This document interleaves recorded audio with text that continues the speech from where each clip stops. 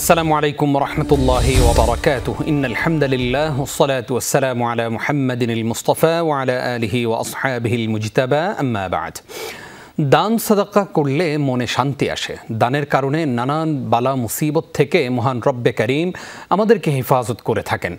দান করলে সম্পদ বেড়ে যায়, কমে যায় না। তাই দানের হাত প্রসারিত করলে আমাদের এবং আমাদের প্রতিবেশী গরিব দুঃখী সহ অনেকের উপকার হয়ে থাকে। মহান রব্বে করিম বলেন সূরা বাকারাতে যে যদি তোমরা প্রকাশ্যে দান সাদাকা করো তবে তা কতই না উত্তম, আর যদি সেই দান সাদাকা গোপনে ফকির মিসকিনকে দান করে দাও তবে আরও বেশি উত্তম, আর তিনি তোমাদের পাপসমূহ ক্ষমা করে দেবেন। এটি আল্লাহ রাব্বুল আলামিন সূরা বাকারার 271 নম্বর আয়াতে ঘোষণা করেছেন। তাই আমরা বলতে পারি বিপদে মানুষের পাশে দাঁড়ানোর যে তৌফিক আমরা পাই সেটাই আমাদের প্রকৃত প্রশান্তির কারণ। সুপ্রিয় দর্শক, আমাদের আজকের বিষয় ভোগে নয় দানেই সুখ। প্রিয় দর্শক শ্রোতা, কাছে দূরে যে যেখানে আছেন সবাইকে স্বাগত জানাচ্ছি যমুনা টেলিভিশনের নিয়মিত আয়োজন in the name of Allah with BRB cables অনুষ্ঠানে। আপনাদের সাথে আছি আমি নিজাম বিন মুহিব। অনুষ্ঠানটি টিভি সেটের পাশাপাশি যমুনা টেলিভিশনের ফেসবুক পেজে সরাসরি সম্প্রচারিত হয়। দর্শক, আপনারাও যোগ দিতে পারেন আমাদের সাথে এই অনুষ্ঠানে। সরাসরি ফোন করতে ডায়াল করুন 02982405 নম্বরে। অতিথি হিসেবে আজ আমাদের সাথে যুক্ত হচ্ছেন দেশের খ্যাতনামা স্কলার, চট্টগ্রাম বিশ্ববিদ্যালয়ের আরবি বিভাগের সম্মানীয় অধ্যাপক ফদিলাতুশ শেখ ডক্টর গিয়াসউদ্দিন তালুকদার। আসসালামু আলাইকুম ওয়া রাহমাতুল্লাহ। উস্তাদ, জাযাকাল্লাহ খাইর। উস্তাদ, আপনাকে আমরা যমুনা টেলিভিশনের এই আয়োজনে স্বাগত জানাচ্ছি। শুরুতেই আপনার মাধ্যমে আমরা আমাদের দর্শকদেরকে জানাতে চাই, এই যে আমাদেরকে আল্লাহ রাব্বুল আলামিন অঢেল সম্পদের মালিক করে থাকেন, আমরা অনেক সময় সেই সম্পদ নিয়ে অহংকার করে থাকি, অথচ আমাদের সামনে কত দৃষ্টান্ত রয়েছে যে যেই সম্পদগুলো মুহূর্তে আল্লাহ রাব্বুল আলামিন নিয়ে যান, কখনো দিয়ে পরীক্ষা করেন, কখনো নিয়ে পরীক্ষা করেন। আপনি আমাদেরকে বলবেন যে এই যে সম্পদ আমরা অর্জন করি এর পরিপূর্ণ মালিকানা কি আমরা দাবি করতে পারি? ধন্যবাদ আপনাকে। অত্যন্ত যুগোপযোগী একটা শিরোনাম নিয়ে এসছেন, কারণ দেশে এখন লক্ষ লক্ষ মানুষ পানিবন্দী এবং অনেকটা মানবিক বিপর্যয় বিভিন্ন এলাকায় দেখা দিয়েছে। আল্লাহ তাআলা এই কঠিন পরিস্থিতিতে আমাদের সকলকে একে অপরের পাশে দাঁড়ানোর তৌফিক দিন এবং বন্যার্ত মানুষের কাছে ত্রাণ পুনর্বাসনের নানাবিধ কর্মসূচিতে অংশগ্রহণ করে এই কঠিন সময়ে তাদের পাশে দাঁড়ানোর তৌফিক দিন। আমিন। সম্পদ আল্লাহ সুবহানাহু ওয়া তাআলা আমাদেরকে দিয়েছেন পরীক্ষা করার জন্য। আল্লাহ তাআলা বলেন, ইন্নামা আমওয়ালুকুম ওয়া আওলাদুকুম ফিতনা। তোমাকে যে সম্পদ, তোমাদের সম্পদ এবং তোমাদের সন্তান সন্ততি, এগুলো দিয়ে আমি পরীক্ষা করছি। অর্থাৎ এই সম্পদ পেয়ে তুমি কি শুকরিয়া জ্ঞাপন করছো, নাকি অকৃতজ্ঞ হচ্ছ, নাকি দাম্ভিক এবং অহংবোধ এসে মানুষের নেতিবাচক কাজে এটিকে ব্যয় করছো, নাকি আল্লাহ সুবহানাহু ওয়া তাআলা পথে মানব কল্যাণে, রাষ্ট্র এবং সার্বিক কল্যাণে তুমি এটাকে ব্যয় করছো কিনা। এবং এই সম্পদের আল্লাহ সুবহানাহু ওয়া তাআলা এত গুরুত্বপূর্ণ যে আল্লাহ রাব্বুল আলামিন কিয়ামতের দিন যে 4টি প্রশ্ন করবেন, তার মধ্যে একটি প্রশ্ন হচ্ছে ওয়ান মালিক, আমি তোমাকে যে সম্পদ দিয়েছি এই সম্পদ মিন আইন ইকতাসাবা, কিভাবে তুমি সেটাকে সম্পদ আহরণ করেছো? দুর্নীতির মাধ্যমে, চৌর্যবৃত্তির মাধ্যমে, লুটপাটের মাধ্যমে, এবং নদী দস্যু হয়ে, জলদস্যু হয়ে, এবং নানা স্পিড মানি কিংবা ঘুষ দিয়ে, অর্থাৎ কিভাবে তুমি এটাকে তুমি অর্জন করেছো এবং কোথায় তুমি খরচ করেছো। এবং এই সম্পদ যদি সেটাকে আমরা যথাযথভাবে আল্লাহ তাআলা নির্দেশিত পথে যদি আমরা এটা ইনকাম না করি, আল্লাহ নির্দেশিত পথে যদি আমরা ব্যয় না করি, তাহলে এই সম্পদ আমার কোনো কাজে আসবে না। আল্লাহ তাআলা বলেন, ইয়াউমা লা ইয়ানফাউ মালুন ওয়ালা বানুন। তোমার ধন সম্পদ, তোমার সন্তান সন্ততি, যেগুলো নিয়ে তোমার দুনিয়ায় এত তোমার জয় জয়কার ভাব, এগুলো কোনো কাজে আসবে না যদি সেটিকে সত্যিকার অর্থে আমরা আল্লাহ তাআলার পথে যদি আমরা কাজে না লাগাই। এবং আমি সুন্দর বলেছি, এই সম্পদের মূল মালিক তো আল্লাহ পাক সুবহানাহু ওয়া তাআলা।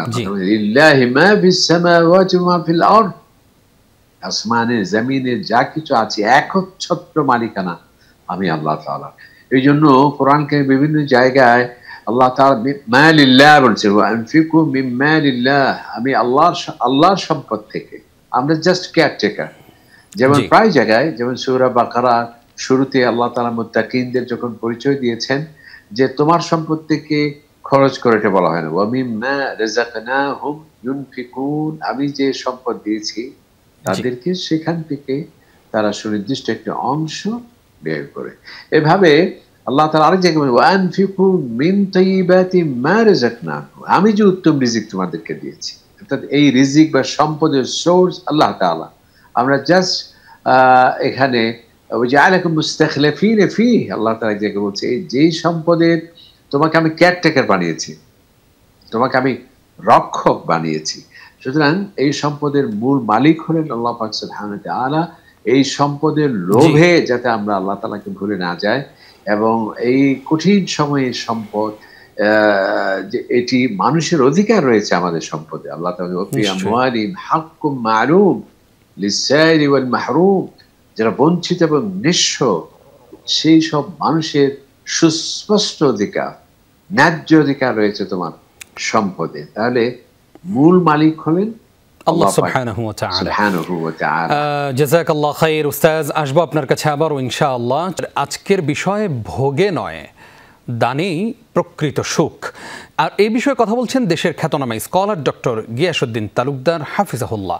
উস্তাজ, আপনাকে আরও একবার স্বাগত জানাচ্ছি যমুনার এই জীবন ঘনিষ্ঠ আয়োজনে। আপনার কাছ থেকে এবার জানতে চাই, আমরা অনেক সময় বলে থাকি যে অর্থই সকল অনর্থের মূল। আসলেই কি কথাটি সঠিক? এবং সম্পদের ব্যাপারে অনেক সময় আমাদের গুরুত্বহীনতাও প্রকাশ পায়। সম্পদ কি আমাদের কাছে গুরুত্বহীন থাকবে? ধন্যবাদ আপনাকে, একটা চমৎকার প্রশ্ন করেছেন। অনেকে মনে করে থাকেন যে অর্থ, বিত্ত, সম্পদ এগুলো হচ্ছে ধর্মীয় চেতনা পরিপন্থী। যত আপনি গরিব থাকবেন, নিঃস্ব থাকবেন, ততই আপনি ধার্মিক হলেন, বা আমি পরেশগার হতে পারবো, বা আল্লাহর ওলি হতে পারবো। এই ধরনের এটি সাথে ইসলামের কোনো সম্পর্ক নেই। বরং অর্থ ধর্মীয় চেতনা পরিপন্থী নয়। কারণ আল্লাহ তাআলা, একটু আগে যেটা বললাম যে সম্পদকে আল্লাহ তাআলার মাল থেকে আল্লাহর সম্পদ বলেছেন। যে সম্পদকে আল্লাহ তাআলার সাথে সম্পৃক্ত করা হয়েছে, আল্লাহর সম্পদ বলা হয়েছে, সেই সম্পদ অনর্থের মূল হতে পারে না। এমনকি নবী করিম সাল্লাল্লাহু আলাইহি ওয়াসাল্লাম ইরশাদ করেছেন, নি'মাল মালুস সালিহ লির-রাজুলিস সালিহ, একজন সম্পদ একজন উত্তম ব্যক্তির কাছে যদি সম্পদ যায়, সেটি উত্তম সম্পদে পরিণত হয়ে যায়। এমনকি আল্লাহ তাআলা কোরআন শরীফে সম্পদকে খায়র বলেছেন, ইন্নাহু লিহুব্বিল খায়রি লাশাদীদ। মানুষের একটা স্বাভাবিক তার কাছে স্বভাব হলো সে সম্পদকে ভালোবাসে। ইন্নাহু লিহুব্বিল খায়র, এখানে খায়র বলতে সম্পদকে খায়র বলা হয়েছে, কল্যাণ বলা হয়েছে। কারণ আপনার কাছে সম্পদ থাকলেই তো আপনি কল্যাণকর কাজ করতে পারবেন। এরপর এমনকি আল্লাহ তাআলা কোরআন শরীফ দুটি জায়গায় আল্লাহ তাআলা সম্পদকে খায়র বলেছেন।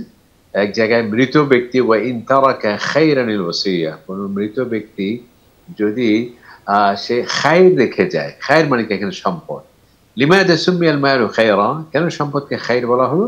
আপনার কাছে সম্পদ থাকলে আপনি হজ করতে পারছেন, উমরা করতে পারছেন। এই যে বানভাসী লোকদেরকে বন্যা দুর্গত এলাকায় আপনি যে ত্রাণ সামগ্রী নিয়ে যাবেন, তাদেরকে পুনর্বাসন করবেন, যদি আপনার সম্পদই না থাকে তাহলে আপনি কিভাবে করবেন? তবে আমাদের ঠিক এই জায়গায় আরো একটি প্রসঙ্গত প্রশ্ন রয়ে গেছে, সেটা হলো যে এই যে লাখ লাখ মানুষ পানিবন্দী, তাদের জন্য আসলে এই সম্পদ থেকে আমাদের করণীয় কি? ধন্যবাদ। আমাদের এই কঠিন সময়ে, যে কোনো মুসিবতের সময়, বন্যা দুর্গত মানুষ বলেন বা দরিদ্র মানুষ বলেন, হতদরিদ্র মানুষ, নিঃস্ব মানুষ, প্রাকৃতিক দুর্যোগে আক্রান্ত মানুষ, তাদের সাহায্যে অবশ্যই আমাদের এগিয়ে আসতে হবে। এবং নবী করিম সাল্লাল্লাহু আলাইহি ওয়াসাল্লাম অসংখ্য হাদিসে সেটি আছে যে মান কানা ফি হাজাতি আখি, যে ব্যক্তি তার অভাবগ্রস্ত ভাইয়ের সাহায্যে এগিয়ে আসবে, কানা আল্লাহু ফি হাজাতিহি, আল্লাহ তাআলা তার অভাব পূরণ করে দেবেন। আর হাদিস আসছে যে ব্যক্তি একজন মুসলিম ভাইয়ের বা যে কোনো মানুষের, সে মুসলিম হোক অমুসলিম হোক, তার বিপদ দূর করে দিল, আল্লাহ তাআলা কিয়ামতের দিন তাকে বিপদ থেকে দূর করে দেবে। এবং একজন মুমিনের পরিচয় যেখানে আসছে, যেহেতু আল্লাহ সুবহানাহু ওয়া তাআলা ওয়া ফি আমওয়ালিহিম হাক্কুম মা'লুম লিস-সাইলি ওয়াল মাহরুম, যে অভাবী যারা আছে, নিঃস্ব মানুষ যারা আছে, তাদের অধিকার রয়েছে তোমার সম্পদে। এবং এই সম্পদ কেবল আমি ভোগ করার জন্য নয়, এই সম্পদ কেবল বিনোদন করার জন্য নয়, এই সম্পদ কেবল আমি গুনতে থাকবো, আমি লাখপতি হলাম, কোটিপতি হলাম, মিলিয়নার হলাম, বিলিয়নার হলাম, এটি কিন্তু মুমিনের কাজ নয়, যেটা আল্লাহ তাআলা বলছেন যে ওয়াইলুল লিকুল্লি হুমাযাতিন লুমাযা আল্লাযী জামা'a মালাহু ওয়া আদ্দাদা, যারা শুধু সম্পদ গুনতে থাকে, ইয়াহসাবু আন্না মালাহু আখলাদা, সে মনে করছে এই সম্পদ তাকে চিরটিকাল এই পৃথিবীতে রেখে দেবে। না, বরং এই সম্পদ কেন আমার জন্য, সমাজের জন্য, রাষ্ট্রের জন্য, সমগ্র মানুষের জন্য। আল্লাহ তাআলা বলেন হুয়াল্লাযী খালাকা লাকুম মা ফিল আরদি জামিআ, এই পৃথিবীতে যা আছে কেবল তুমি বিশেষ শ্রেণীর জন্য নয়, সমগ্র মানুষের জন্য আমি সৃষ্টি করেছি। জি। সুতরাং এই কঠিন সময়ে তাদের সাহায্যে আমাদের এগিয়ে আসতে হবে। যাকাত থেকেও দেয়া যায়, আলেমরা বলেছেন যাকাতের বাইরে গিয়ে সাদকার মাধ্যমেও আমরা এগিয়ে আসতে পারি।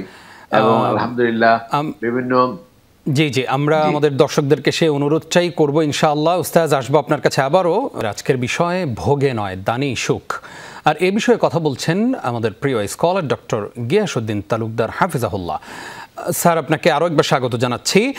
অত্যন্ত গুরুত্বপূর্ণ এবং সমসাময়িক আলোচনা আপনি আমাদেরকে উপহার দিচ্ছেন। আমরা এবার একটি সমসাময়িক প্রেক্ষাপট নিয়ে একটু আলোচনা শুনতে চাই, আর তা হচ্ছে আমরা জানি যে বাংলাদেশের বিভিন্ন সংগঠন এবং আমাদের ছাত্র সমাজ পর্যন্ত বন্যা দুর্গত এলাকার মানুষের কষ্ট দূর করবার জন্যে ত্রাণ সংগ্রহ করছে, উপহার সংগ্রহ করছেন এবং সেগুলো পৌঁছে দিচ্ছেন। পাশাপাশি আরও একটি চক্রও কিন্তু এই মুহূর্তে সরব হয়েছে, যারা সেই দানের কথা বলে মানুষের কাছ থেকে অর্থ হাতিয়ে নিয়ে সেগুলো আবার নিজের আখের গোছানোর মতো একটা ব্যবস্থা করে ফেলছেন। আপনি আমাদেরকে জানাবেন এই সুযোগে যারা আজকে একটি নতুন প্রতিষ্ঠান খুলেছেন অথবা বন্যার পরে নতুন একটি প্রতিষ্ঠানের নামে তারা একটি ব্যানারে অর্থ সংগ্রহ করছেন, তাদের কাছে কি আমাদের দানের আমানত পৌঁছানো ঠিক হবে? ধন্যবাদ আপনাকে।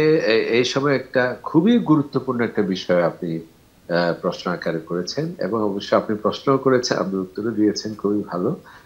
আসলে ত্রাণ সামগ্রী নিয়ে আমাদের অবশ্যই সাহায্য সহযোগিতা এগিয়ে আসতে হবে। তাদের শুকনো খাবার, বিশুদ্ধ পানি, কাপড় চোপড়, মেডিকেল টিম, ওষুধপত্র, অনেক কিছু ব্যাপার আছে। তবে আমরা তো আর প্রত্যেক মানুষের সেখানে যাওয়ার সুযোগ নেই। এই জন্যে আমাদেরকে নির্ভরযোগ্য বিশ্বস্ত প্রতিষ্ঠানের মাধ্যমে সেখানে দিতে হবে। যেমন সরকারি আমাদের মাননীয় প্রধান উপদেষ্টার নামে অ্যাকাউন্ট খোলা হয়েছে যে ত্রাণ সামগ্রী প্রেরণের জন্য, এবং যোগাযোগ মন্ত্রণালয়ে রয়েছে, এবং বিভিন্ন রাজনৈতিক সংগঠনগুলো তারা কাজ করছে, বিভিন্ন ইসলামী সমাজ কল্যাণ পরিষদগুলো কাজ করছে, এবং সুন্নাহ ফাউন্ডেশন সহ যারা একটু যুগান্তকারী ভূমিকা রাখছে। এভাবে এমনকি বৈষম্য বিরোধী ছাত্র ভাইরাও ঢাকা ইউনিভার্সিটির সামনে একটা বিশাল তারা করেছেন।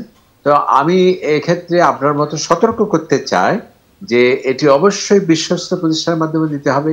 আজকে দেখা যাচ্ছে অনেকগুলো ফাউন্ডেশন রাতারাতি জন্ম লাভ করছে, এই মাত্র জন্মিল, এই মাত্র ব্যানার হয়ে গেল, এবং যাদের কোনো চেনা নেই, জানা নেই, এবং অতীত কোনো অভিজ্ঞতা নেই, অতীতে এই ধরনের কাজ করেছে, এ ধরনের কোনো তাদের কাজের কোনো উদাহরণ নেই। আমার মনে হয় অত্যন্ত সতর্কতা অবলম্বন করা উচিত এক্ষেত্রে, যাতে প্রতিটি পয়সা, আমি বলবো প্রতিটি টাকা না, প্রতিটি পয়সা যাতে আমানত সুরক্ষিত হয়, এবং যারা নির্ভরযোগ্য বিশ্বস্ত সেখানে দেয়া উচিত বলে আমি মনে করি।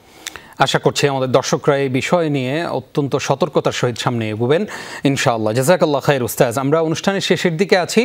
এবার সর্বশেষ যেই প্রশ্নের জবাব আপনার কাছ থেকে আমরা আমাদের দর্শকদেরকে উপহার দিতে চাই তা হচ্ছে, চারিদিকে এত বিপদ, তারপরেও আমরা দেখছি যে অনেকের মধ্যে লুটপাটের একটা প্রবণতা রয়েছে। লুটপাট হচ্ছে অনেক জায়গায় মানুষের অধিকার নষ্ট করা হচ্ছে, অনেক জায়গায় আবার আমরা দেখেছি যে রাষ্ট্রকে বিপদে ফেলতে অনেক সময় অনেক জায়গায় অনেক জড়ো হওয়া হচ্ছে, মানুষ অনেক বিশৃঙ্খলা তৈরি করছেন, কেউ ক্ষমতার লোভের দিকে এগুচ্ছেন। এই যে চারিদিকে একটা ন্যাশনাল ক্রাইসিস চলছে, সেখানে আমাদের এখন আসলে আমাদের ভূমিকাগুলো কি হওয়া উচিত বলে আপনি মনে করেন?